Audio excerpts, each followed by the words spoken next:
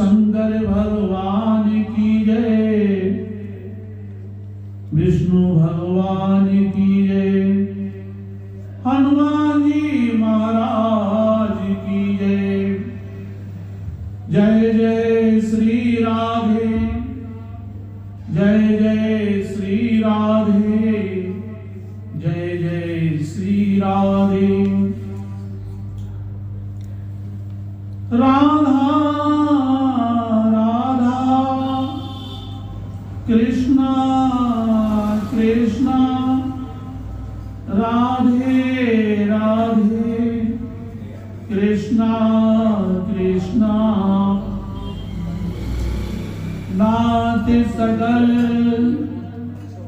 संपदा तुम्हारी, मैं सेवक समेत सुत नारी।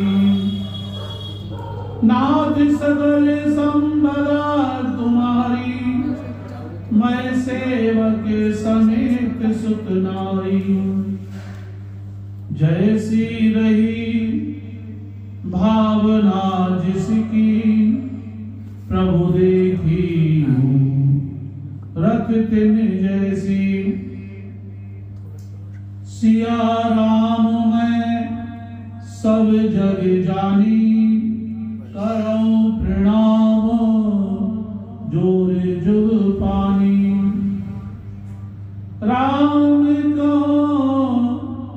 राम कहवाओ, अपना भला इसी में जानो।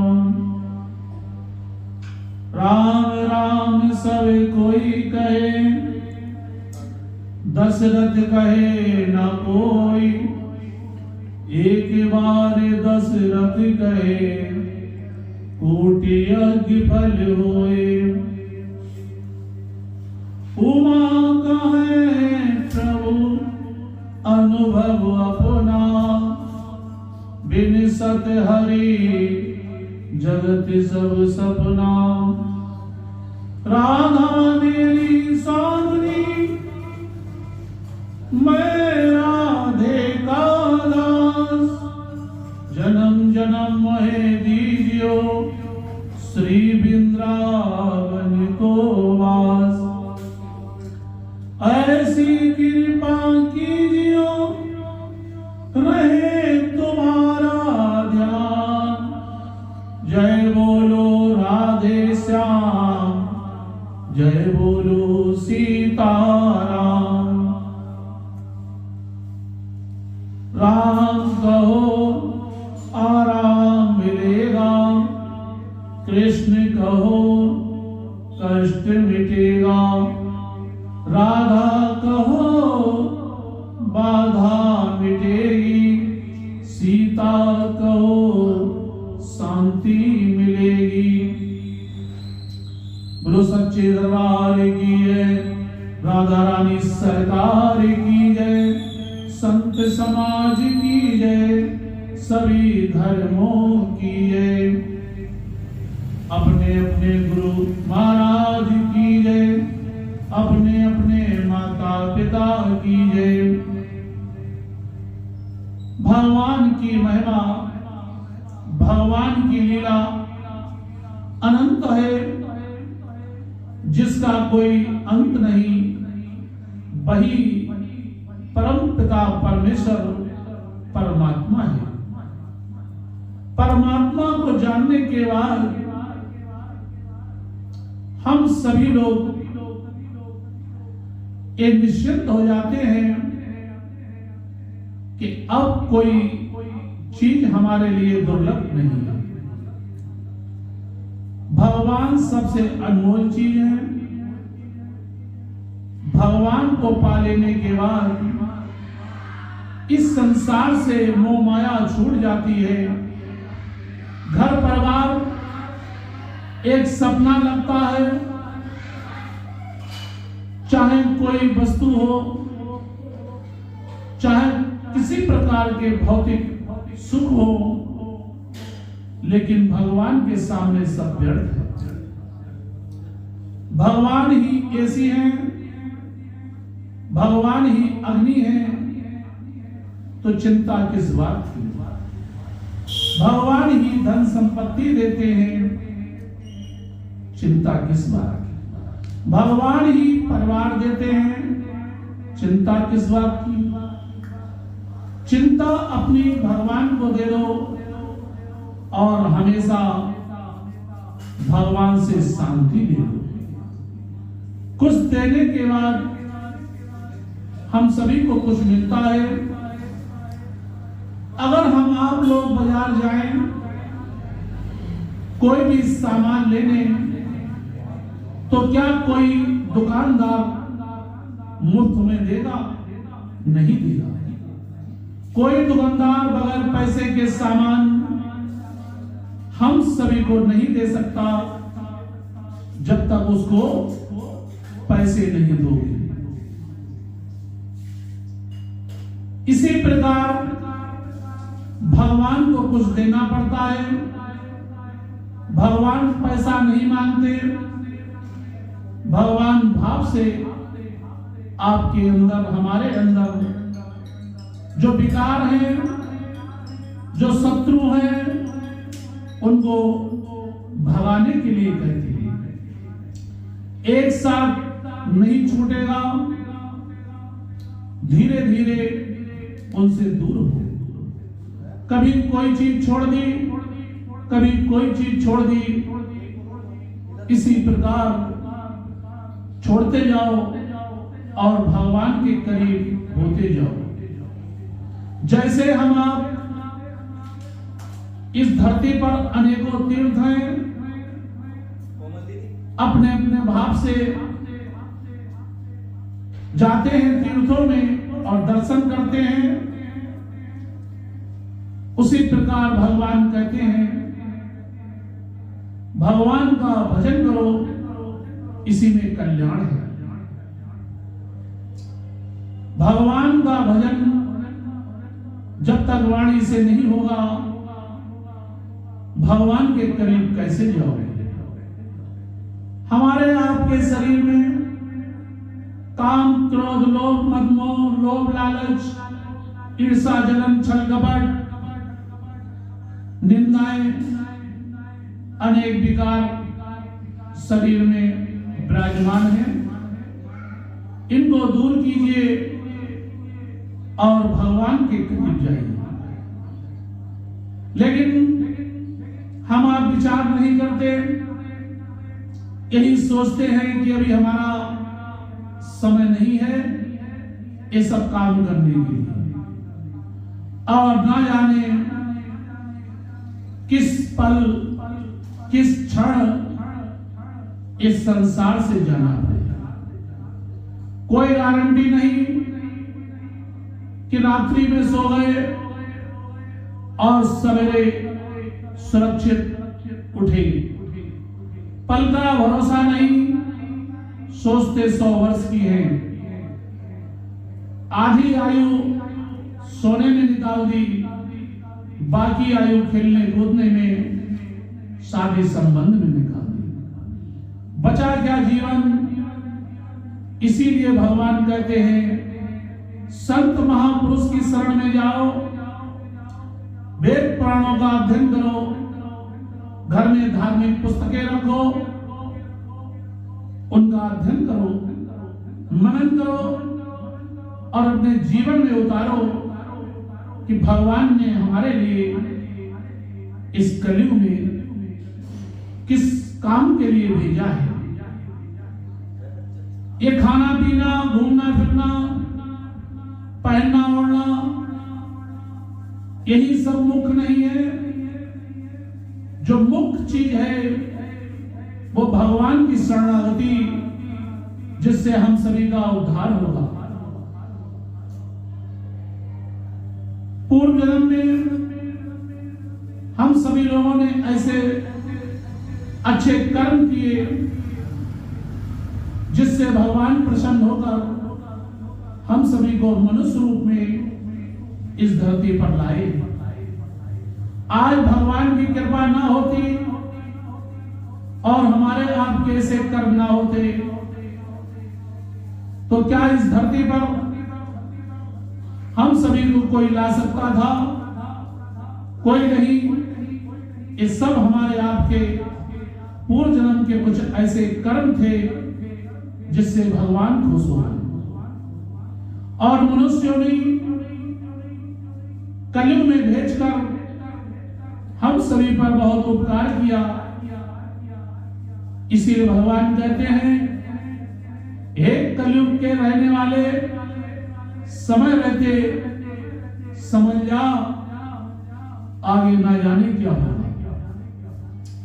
समय से अंधकार को दूर करो, उजाले को पकड़ लो, इसी से कल्याण है। भगवान को जब तक नहीं पकड़ोगे, इस भव सागर से पार होना मुश्किल है। यह अटूट सत्य है, कोई झूठ नहीं। इस कलयुग में अनेकों संत आए और चले गए, अनेकों भक्त आए चले गए। चार धर्मों में जो लोग भी आए इस धरती से चले गए। ये मृत लोग है, इसमें आना जाना लगा रहेगा। ये 4 दिनों का मेला है। इस मेला में हम सभी लोग अपना अपना रोल कर रहे हैं। भगवान की महिमा बहुत निराली होती है। कब किसको क्या बना दें कुछ पता नहीं। भगवान की शरणागत में लगे रहो, इसी से हम सभी का कल्याण है। जिन लोगों ने भगवान की ओर अपना मन लगा लिया, वो मनुष्य बहुत भाग्यशाली है। क्यों? उन्होंने जान लिया कि पूर्व जन्म में कोई ऐसे हमने अच्छे कर्म किए जो आज भगवान ने हमको फिर से मनुष्य बना दिया। अब हम ऐसी गलती ना करें जिससे किसी और योनि में जाना पड़े। पूछो, ऐसी ऐसी योनियां हैं, क्या वो सुखी हैं? और हमारे आपके पास तो भगवान ने ना जाने कितने सुख के साधन दिए। प्रेत योनि, वो भी इस मृत लोक में है। जो लोग अल्प आयु में शरीर छोड़ते हैं, उनकी आयु पूरी नहीं हो पाती। उनमें न जाने कितने लोग प्रेत योनि में चले जाते हैं। और उनमें से कुछ लोग भगवान की शरणागति में चले जाते हैं। ये भी पक्का नहीं कि कौन शरणागति में जाएगा और कौन प्रेत योनि में जाएगा। भटकता हुआ इंसान भटकता ही रहता है, और जो भगवान की शरणागति हो जाता है वो पार होता है। पार होने के लिए इस कलयुग में भगवान ने एक सरल उपाय हम सभी को बताया है। चलते फिरते, नाचते गाते, उठते बैठते, खाते पीते, सोते जागते, चलते फिरते, चाहे हम आप नहाए हो या ना नहाए हो, भगवान का नाम लेते जाओ। कुछ लोग कहते हैं हमने सुबह पूजा कर ली, पाठ कर लिया, हो गई पूरे 24 घंटे की पूजा। कैसे मान लिया जाए कि 24 घंटे की पूजा हो गई? पल का भरोसा नहीं। 24 घंटे में किस पल इस शरीर को छोड़ना पड़े। इसीलिए भगवान ने सरल उपाय दिया है, जिस उपाय में कोई खर्चा, कोई दाम, कोई पैसा नहीं लगता, निःशुल्क बट रहा। ले लो जितना चाहे, अपने अंदर रख लो, कोई इसको छीन नहीं सकता, कोई इसको लूट नहीं सकता। ये हमेशा भगवान के करीब जाने का सरल उपाय है। कलयुग केवल नाम आधारा, सुमर सुमर नर उतरई पारा। कलयुग केवल नाम आधारा। संत महापुरुष कहते हैं, जिस किसी के पास अगर राम नाम का मंत्र हो उसको लेते रहो, किसी के पास सीताराम सीताराम का मंत्र हो उसके लेते रहो, किसी के पास राधे कृष्ण का मंत्र हो लेते रहो।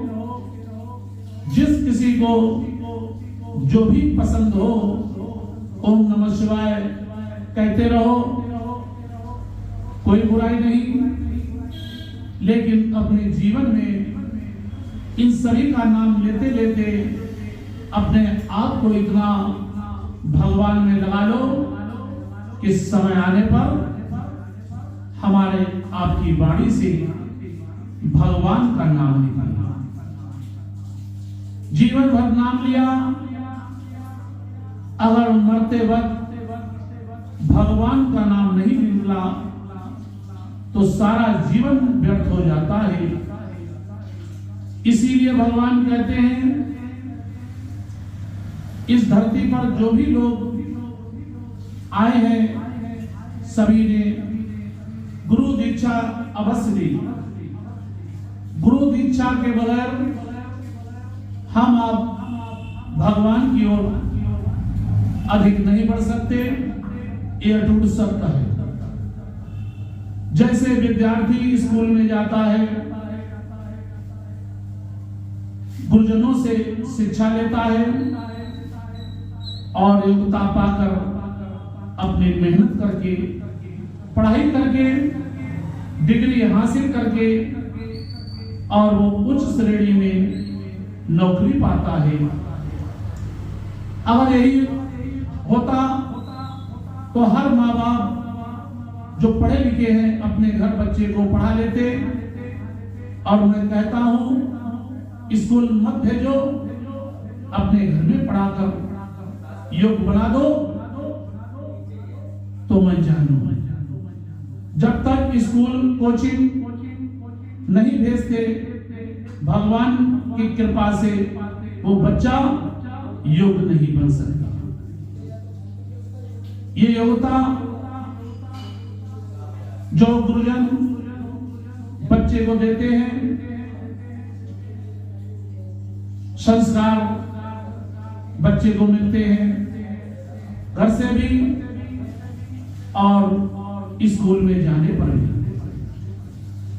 उस बच्चे को जो बहुत आगे बढ़ना चाहता है उसी में लगा रहता है। ऐसा नहीं कि सब डिप्टी कलेक्टर बन जाए। गिने चुने बच्चे बनते हैं। ये सब क्या है? ये भगवान की कृपा है, अपने कर्मों का भाग। कोई नौकरी करता है, कोई किसी की नौकरी करता है, कोई व्यापार करता है, कोई किसान अपना खेत जोत कर पेट पालन करता है, कोई मजदूर अपनी मजदूरी करके। कोई एक समान नहीं, सब छोटे बड़े इस संसार में हैं। अगर समान होते तो एक दूसरे का काम कौन करता? इस धरती पर अगर जातियां ना होती तो कौन सड़कों की नालियों की सफाई करता, हमारी आपकी ताकत नहीं, अपने घर में तो झाड़ू लगती नहीं, बाहर क्या लगा पाओगे। आज कल अगर ये सब ना होते तो कौन किसका काम करता। अगर मकान हम बना लेते तो किसी और की जरूरत क्या होती। क्या बना सकते हो अपने आप अपना मकान? उसके लिए भी मिस्त्री मजदूर को लाना पड़ता है। अनेकों ऐसे उदाहरण हैं जो सब एक दूसरे की कड़ी हैं। कोई अकेले कुछ नहीं कर सकता। इसीलिए भगवान कहते हैं दीन बनो दीनानाथ मिल जाएंगे, संतों से मिलो सरलता आएगी, भेदभाव छोड़ो आपस में प्रेम करो।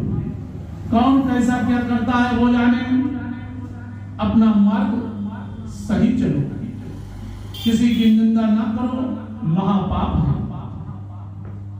भगवान की ऐसी महिमाएं होती रही है और होती रहेंगी। इस धरती पर ना तो भक्तों की कमी है, ना संतों की, और ना बेईमानों की, ना लुटेरों की। एक लुटेरा भी जब चलता है अपने घर से तो भगवान का नाम लेकर कि हे प्रभु आज मैं लूटने जा रहा हूं, हमारी रक्षा करना, हम पर दया करना, हमारा ये काम हो जाए। तो हे प्रभु मैं आपको इतना चढ़ा दूंगा। लेकिन उसका कर्म है, वो अपना कर्म नहीं छोड़ता, भगवान उस पर भी दया करते हैं। इस संसार में सत्यवादी हरिश्चंद्र कोई नहीं, सब अपने अपने काम में माहिर हैं। चाहे वो व्यापारी हो, चाहे वो नौकरी वाला हो। इस धरती पर हर किसी में बहुत सी बुराइयां भी हैं और अच्छाइयां भी हैं। कोई इंसान जन्म से बुरा नहीं होता और कोई इंसान जन्म से भक्त नहीं होता। होता तो इस धरती पर धीरे धीरे। इसीलिए भगवान कहते हैं समय को ना निकालो और भगवान की शरणागति हो जाओ, अपने आप को भगवान में समर्पण कर दो, कल्याण होगा। लेकिन भटके हैं और लोग समझे भी हैं।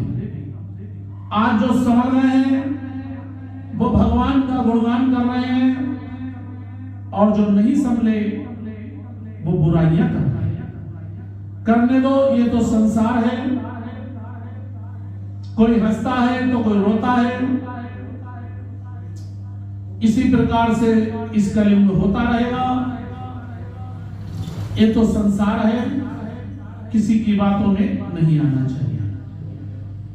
हृदय में भगवान को बसा लो, भविष्य में कोई गलती नहीं होगी, भगवान दया करेंगे। इसीलिए कहते हैं भगवान की शरणागति ही सर्वोपरि।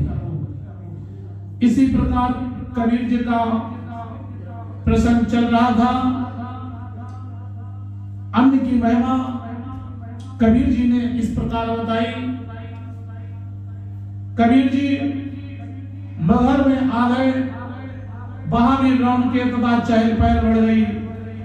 श्रद्धालु सत्संगी भी आने लग गए और ज्ञान गोष्ठी होनी आरंभ हो गई। कबीर जी की महिमा बड़ी सुंदर हुई। सत्संग होता तथा मगहर की एक धर्मशाला का रूप धारण कर लिया। वहां पर एक ऐसी धर्मशाला का रूप धारण कर लिया गया। कबीर जी हर एक संत महात्मा को प्रसाद अवश्य खिलाया करते थे। उनका लंगर, उनका भंडारा चलता रहता था। जो भी आता प्रसाद लेकर तथा शुद्ध वचन सुनकर आनंदित होता। एक दिन दो साधु आए, वो सत्संग में बैठे रहे तथा जब भोजन का समय आया तो कबीर जी ने उनसे भोजन के लिए विनती की। तो आगे से उन्होंने निवेदन किया, महाराज हम भोजन नहीं ग्रहण करते, अन्न त्याग दिया है, कभी मिल जाए तो दूध पी छोड़ते हैं, दूध को पी लेते हैं, अन्यथा निराहार रहते हैं। ऐसा ही कुछ नियम बना दिया है। हम लोग अन्न नहीं खाते, हम लोग दूध पी लेते हैं। ये शरीर सदा वासना की तरफ दौड़ता है, इसे बस में रखना बेहतर है।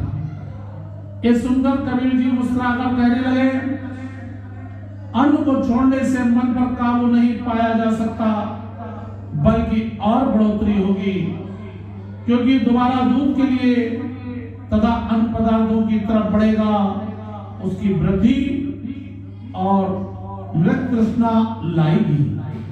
ये आप भूल कर रहे हैं, ऐसा करना नहीं करना चाहिए।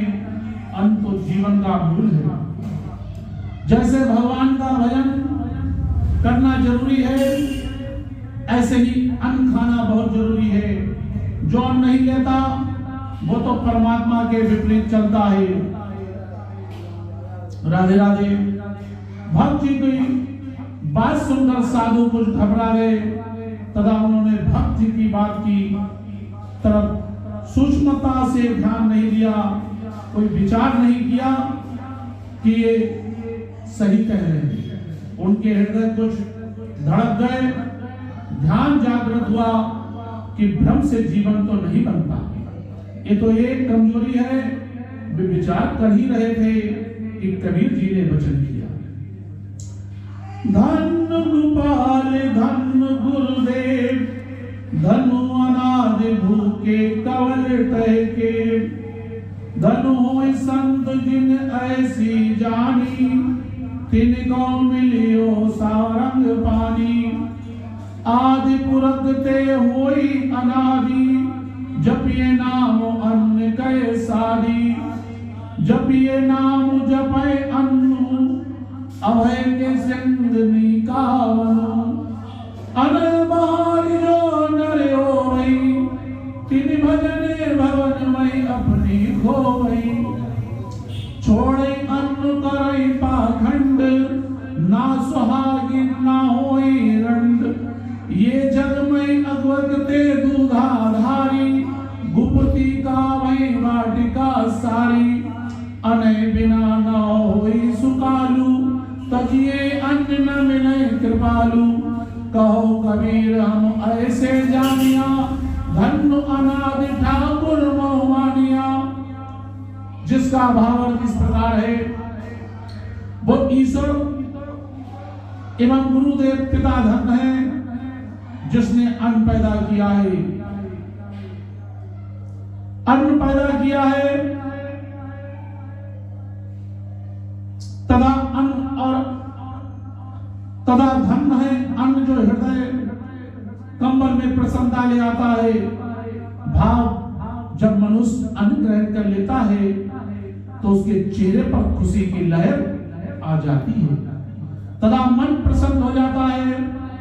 जो संत अन्न खाते हैं तथा अन्न का त्याग नहीं करते, अपितु परमात्मा की भक्ति करते हैं, उनको परमात्मा अवश्य प्राप्त होगा। अन्न का कर्ता परमात्मा है। यदि अन्न त्याग दे तो भक्ति नहीं होती। अन्न के साथ से ही तो नाम जपते रहते हैं। आपने क्यों ऐसा किया कि अन्न को ही त्याग दिया? अन्न को त्यागना नहीं चाहिए। ये तो जीव को प्रफुल्लित रखता है। हे भाई, जहां नाम को जपना है वहां अन्न को भी जपना है। अन्न के जाप से जल का ख्याल कर ले तो वो भी ठीक है। जल से अन्न स्वादिष्ट होता है। कबीर जी बड़ी दिलेरी से कहने लगे, अन्न के बिना जो नर होता है वो तो समझे कि अपनी इज्जत गवा देता है। अन्न के बिना कोई नहीं होता जो अन्न को छोड़कर पाखंड करता है। वो तो उस औरत की तरह है जिसका पति को लेकिन चाहे ना तो वो न सुहागिन होती है और ना ही विधवा। ऐसा पुरुष पाखंडी होता है। जो उपवास रखता है, कभी ये इतना करो कि अन्न को छोड़ दिया जाए। अनेकों साधु महात्मा ऐसे हैं कि संसार में तो कहते हैं कि हम दूधाधारी हैं, लेकिन अंदर घुसकर रात को अन्न कुछ और ही खा लेते हैं। ऐसे भी इस संसार में कर लेते हैं और मनुष्य भी खाते रहते हैं जिनमें चावल होते हैं। अन्न के बिना कोई सुख नहीं, अन्न छोड़ने से गोपाल नहीं मिलता। कबीर जी ऐसा तो जान लिया है। ठाकुर जी धन्य है जिन्होंने अन्न पैदा किया है, परमेश्वर की अपार कृपा है। इस तरह साधुओं को ज्ञान हो गया तथा उन्होंने लंगर में से प्रसाद ग्रहण किया। वह आनंदित हो गए। साधु कबीर जी का यश गान करने लगे। बोलो सच्चे दरबार की जय। इसी प्रकार कबीर जी ने उन साधुओं को ज्ञान उपदेश दिया और उस साधुओं ने कबीर जी की वाणी का बहुत आदर से सम्मान करके अपने जीवन में उतारा और प्रसाद को खा लिया। कहते हैं आजकल कलयुग में कि भंडारा ना खाओ, लेकिन पूरी बात तो बताओ क्यों ना खाओ। भंडारे में प्रसाद भगवान का होता है, खाना चाहिए, कोई बुराई नहीं। लेकिन भंडारे में कम से कम आप जो खाते हो उससे कुछ ऐसा दान कर दो जिससे 2-4 लोगों का और भला हो। और आप भंडारा खा लें, कोई बुराई नहीं। उस भंडारे में जो भी किसी ने पैसा लगाया, पता नहीं वो पैसा जुआ खेला हुआ है या दारू बेचकर आया है या गलत ढंग से आया है। अनेक प्रकार का पैसा होता है। इसी से कहते हैं जैसा खाओगे अन्न वैसा बनेगा मन। इसीलिए भंडारा साधु संत महापुरुष मना करते हैं। लेकिन खाने में कोई बुराई नहीं, खा सकते हो, लेकिन जितना खाओ उससे अधिक वहां पर दान कर दो। आपका दोष मिट जाएगा और प्रसाद आप खा सकते हैं। लेकिन वहां पर खाइए जहां पर शुद्धता हो। बगैर शुद्धता के भंडारा खाने की जरूरत नहीं। आजकल भंडारा कारीगर बनाते हैं तो जूता चप्पल पहनकर भंडारा बनाते हैं और उसके बाद वो प्रसाद ठाकुर जी को भोग लगाते हैं और उसके बाद भक्तों में बांट देते हैं। ये कहां की चलन है? रसोई में बगैर चप्पल के भोजन बनाओ और ठाकुर जी को भोग लगाओ। ऐसे ही जो कारीगर हैं आजकल वो भी बना देते हैं और सबसे बड़ी गलती उनकी होती है जो भंडारा करवाते हैं और उनको मना नहीं करते कि आप लोग चप्पल ना पहने। मैंने अपनी आंखों से ऐसी ऐसी जगह पर देखे हैं लोग जो चप्पल जूता पहनकर भंडारे के प्रसाद बनाते हैं। तो उस भंडारे के प्रसाद से हमारा जीवन क्या बदलेगा? इसी प्रकार भगवान कहते हैं जिस घर में रसोई बनती है और उस रसोई में अगर कोई नारी स्त्री चप्पल पहनकर जाती है तो मैं उस प्रसाद को ग्रहण कभी नहीं करता, चाहे वो कितने भाग से बनाए। चप्पल तो चप्पल है। जैसे किसी मंदिर में हम आप जाते हैं तो चप्पल पहनकर मंदिर के अंदर नहीं जाते, उसी प्रकार हमारे आपकी घर की जो रसोई है उसमें भी अन्नपूर्णा का वास है। अन्नपूर्णा एक देवी है उन्हीं की कृपा से अन्न बनता है रसोई में और भाप से बनके भगवान को भोग लगता है। दूषित भोग भगवान स्वीकार नहीं करते, चाहे जितना लगाओ। यही हमारे आपकी कमी है। लेकिन कलयुग है, हर तरह का इंसान है, अपने अपने भाव हैं। लेकिन भगवान नहीं कहते ये सब करो, सफाई शुद्धता से बनाओ तो हम भी प्रेम से स्वीकार करेंगे। लेकिन खाओगे आप सब लोग। साफ सफाई से बना हुआ अन्न हमारे मन को शुद्ध करता है और गलत ढंग से बनाया हुआ अन्न हमारा मन दूषित करता है। इसलिए भगवान कहते हैं विशेष रूप से साफ सफाई का ध्यान दो। साफ सफाई से ही भगवान का स्थान होता है। जिस जगह पर आज ये मंदिर बना है, श्री नवदुर्गा मंदिर, वहां पर आज से कुछ साल पहले क्या था, कितनी गंदगी हुआ करती थी। भगवान ने जब तक उस गंदगी को दूर नहीं किया, जब तक मंदिर का निर्माण नहीं हुआ।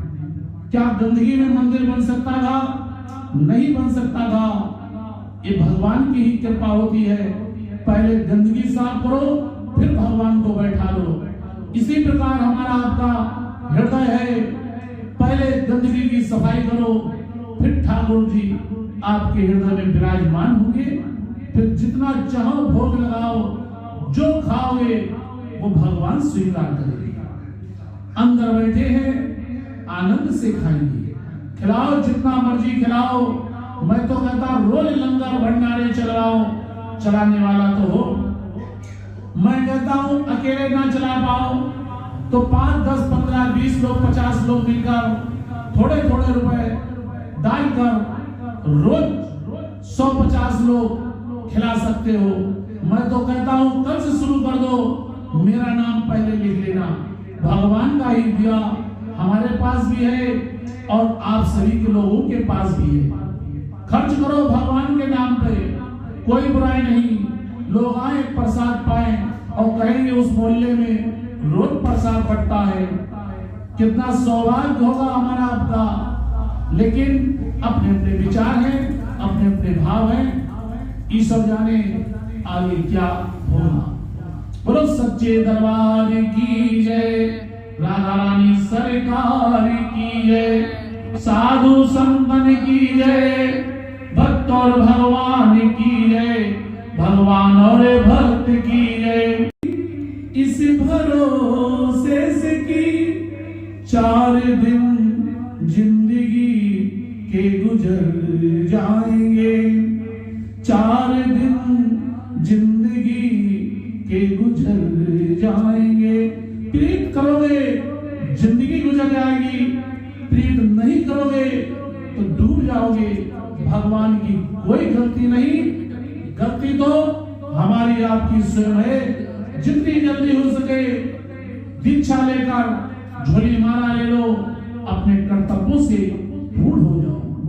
भगवान की शरणागति में ही उद्धार है, वरना ना जाने कब बुलावा आ जाए इस संसार से। चले जाओगे छोड़कर, रहे ना कुछ साथ। जैसे पहनो कपड़े, अच्छी बात है, कोई बुरी बात नहीं। कफन में जेब होती नहीं। आखिरी टाइम में, राधे राधे, आखिरी टाइम में किसी मनुष्य के, किसी स्त्री पुरुष के जेब नहीं होती। खाली हाथ आए, खाली हाथ चले जाओ। बाद में जरूरी नहीं आपका धन कौन कैसे इस्तेमाल कर रहा है आप देखने नहीं आओगे। अपने हाथ से जितना अच्छे कर्मों में लगा लोगे वही आपके साथ जाएगा, वरना राधे राधे राधे राधे हो जाएगा। 3 गति है धन की, दान, भोग, नाश। या तो दान कर लो या अपने शरीर में भोग लो, भौतिक चीजों से खेल लो, या फिर लास्ट में इसका नाश हो रहा है। जितनी जल्दी इंसान के समझ में आ जाता है वो अपने अच्छे कर्मों में लग जाता है। इसीलिए भगवान कहते हैं भगवान के नाम सुमन के साथ साथ अच्छे कर्म करते जाओ, जीवन सुधर जाएगा। बोलो सच्चे दरबार की जय। ओम शांति शांति।